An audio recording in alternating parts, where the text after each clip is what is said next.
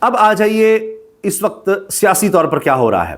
شہباز شریف کو بچایا ہے بھتیجی نے، بلکہ میں تو کہوں گا نہیں، مریم نواز صاحبہ نے خود اپنی وزارت اعلیٰ بچائی ہے اور اپنے چچا جان کی وزارت عظمیٰ بچائی ہے، وزیر اعظم اور وزیر اعلیٰ. کس طرح سے؟ 700 ارب روپے میں. 700 ارب روپے میں، جی ہاں، کوئی اور اتنی رقم دینے کو تیار نہیں ہوا. اب یہ قصہ کیا ہے؟ قصہ یہ ہے کہ اب IMF کی شرائط کے مطابق جس طرح بھی ایڈجسٹ کرنا تھا وہ تو معاملہ ہونا تھا. اب کہا گیا کہ اچھا NFC ایوارڈ میں کچھ نہیں کرنا، یعنی صوبوں کا حصہ کم نہیں کرنا، بے نظیر انکم سپورٹ پروگرام بھی کم نہیں کرنی، یعنی پیپلز پارٹی نے اس طرح کی کوئی شرائط نہیں مانی. تو اب کیا کریں، کسی نے تو رقم دینی تھی، تو سب سے زیادہ کٹ لگائے، تقریباً 50% سب سے زیادہ جب تک یہ خبریں ہیں وہ پنجاب کے ڈیولپمنٹ بجٹ پہ لگا ہے. 50%، 1400 ارب روپے سے تقریباً 700 ارب روپے ہو گیا. باقی 15% تقریباً سندھ نے کہا ہے پارٹیسپیٹ کرنے کا اپنے ترقیاتی بجٹ میں سے، وہ 100 ارب روپے کے لگ بھگ.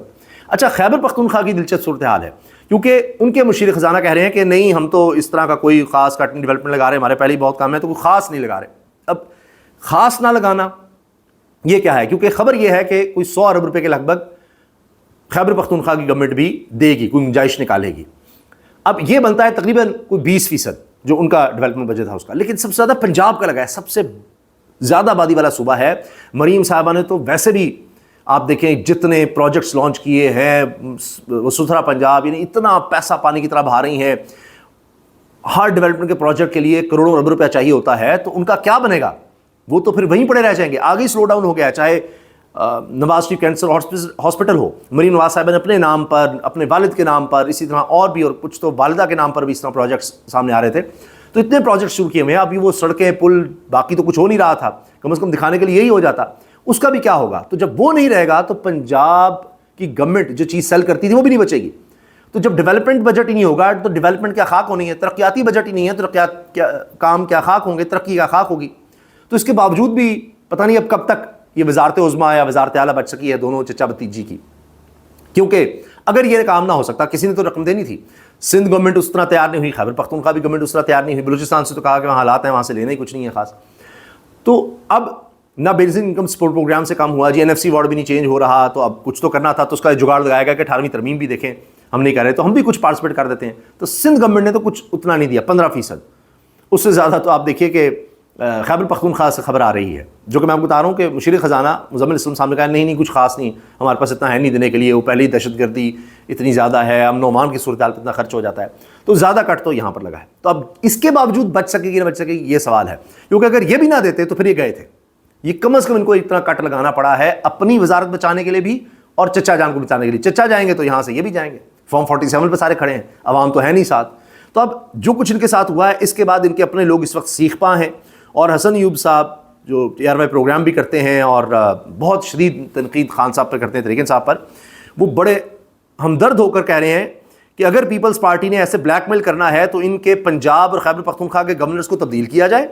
شہباز شریف کو بھی چاہیے کہ استعفیٰ دیں اور نئے الیکشن کی تیاری کریں. ایسی حکومت کا فائدہ نہیں، یہ ذلت اور رسوائی ہے. یعنی شہباز شریف صاحب کی گورنمنٹ اور کچھ نہیں ہے، ذلت اور رسوائی ہے، بلیک میلنگ ہے. کیونکہ انہوں نے تو کچھ کیا ہی نہیں، نہ بے نظیر انکم سپورٹ پروگرام کی طرف سے کچھ کیا، نہ NFC ایوارڈ کی طرف سے کچھ کیا، نہ 18ویں ترمیم کی طرف سے کچھ کیا. تو پھر کیا ہے کہ کٹ آپ اپنے اوپر لگائیں، وفاق لگائے، بھتیجی لگائے پنجاب کے فنڈ پر. تو پنجاب کے لوگوں کا کیا قصور ہے؟ پھر آپ سوچیے نا کہ ان کا صرف زیادہ کٹ لگے گا اور باقی یہ. اچھا، پھر گندم نہیں جا رہی تھی خیبر پختونخوا میں، اس پر شہباز شریف صاحب نے کہا ہے نہیں ہم اس کو بالکل کریں گے، فلاں کریں گے. اور جو ویڈیو سرکاری طور پر جاری کی گئی ہے اس کا جو پہلا کلپ ہے بڑا کمال ہے، جس میں بڑے غصے میں سہیل آفریدی نظر آ رہے ہیں، ساتھ ساتھ چل رہے ہیں، بالکل کندھا سے کندھا جوڑا ہوا ہے. شہباز شریف صاحب کو جیسے کہہ رہے ہیں اپنی ڈیمانڈز، انہوں نے کہا جی ہم نے کہا گندم کی تصویر بھی نہیں کرنی، تو پھر آئین میں یہ شک کیوں ہے کہ بھائی صوبوں کا بھی حق ہے، اگر ایک صوبے میں ایک چیز زیادہ پیدا ہوتی ہے دوسرے صوبوں کا اس پر حق ہے کہ ان کو بھی دیا جائے. تو ہمارے ہاں گندم کی کمی ہو رہی ہے اور اس سے قیمت اوپر جا رہی ہے، ہمارے لوگوں کا قصور ہے.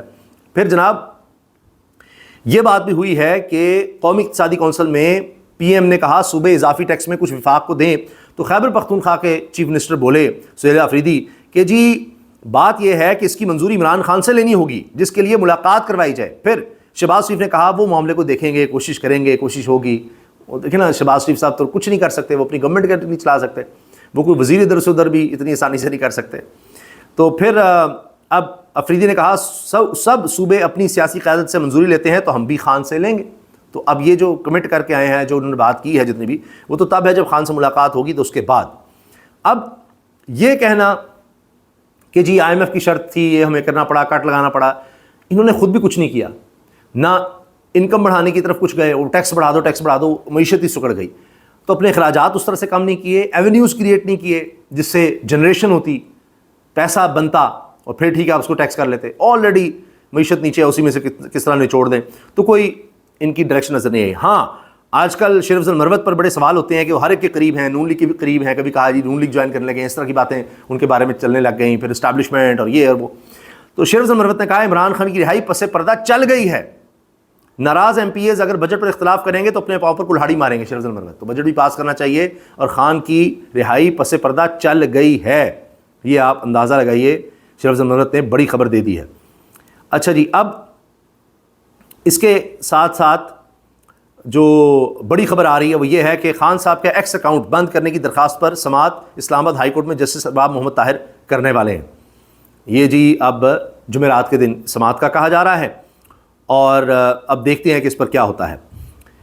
ابھی تک جو خبریں ہیں، پنجاب 700 ارب، سندھ 200 ارب ترقیاتی فنڈ کی کٹوتی کرے گا، اور بلکہ مزمل اسلم نے تو یہ کہا ہے 700 اور 200 ارب روپیہ سندھ دے گا، لیکن دستاویزات کے مطابق پنجاب 700 ہے، سندھ 110 ہے، اور 109 خیبر پختونخوا، جنہوں نے سندھ میں 200 ارب کہہ دیا ہے، نہیں 100 خیبر پختونخوا سے لیا جائے گا، صرف 100 ہی سندھ سے۔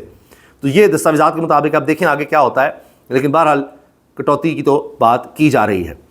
تو جناب یہ خلیق یانی صاحب ڈان میں بڑے سینئر صحافی ہیں، وہ کہتے ہیں وزارت عظمیٰ اور وزارت اعلیٰ یعنی مریم نواز صاحبہ اور شہباز شریف کی کرسی کی قیمت کل مبلغ 700 ارب روپے، سکہ رائج الوقت نصف جس کے 350 ارب روپے ہوتے ہیں، یعنی اب یہ کرسی چاہیے تو یہ رقم دینی ہی دینی تھی، ورنہ تو یہ گئے تھے، یہ رقم بھی ارینج نہ کرتے تو پکا کہانی ان کی ختم تھی۔ لیکن دیکھیں اب بجٹ کے بعد کیا ہوتا ہے، میرا نہیں خیال کہ 700 ارب روپیہ بھی ان کو زیادہ عرصے تک بچا سکے گا، کیونکہ اس کے باوجود بھی معاملات معیشت کے ٹھیک نہیں ہونے والے۔ تو دیکھیے کیا ہوتا ہے، یہ تو ابھی انہوں نے کر دیا ہے، لیکن یہ ترقیاتی بجٹ بھی عوام کے ٹیکس کے پیسوں تھا، عوام پر ہی خرچ ہونا تھا، تو اب اس کا کیا ہوگا کہ وفاق نہیں چلا پا رہے، مینج نہیں ہو رہا، تو وہ پیسہ بھی اب گیا۔ تو جب ترقیاتی کام نہیں ہوں گے، اس سے اکانومی اور سلو ڈاؤن ہوگی، تو پھر دیکھیں کہ عوام کیا ری ایکشن دیں گے۔ اللہ حافظ۔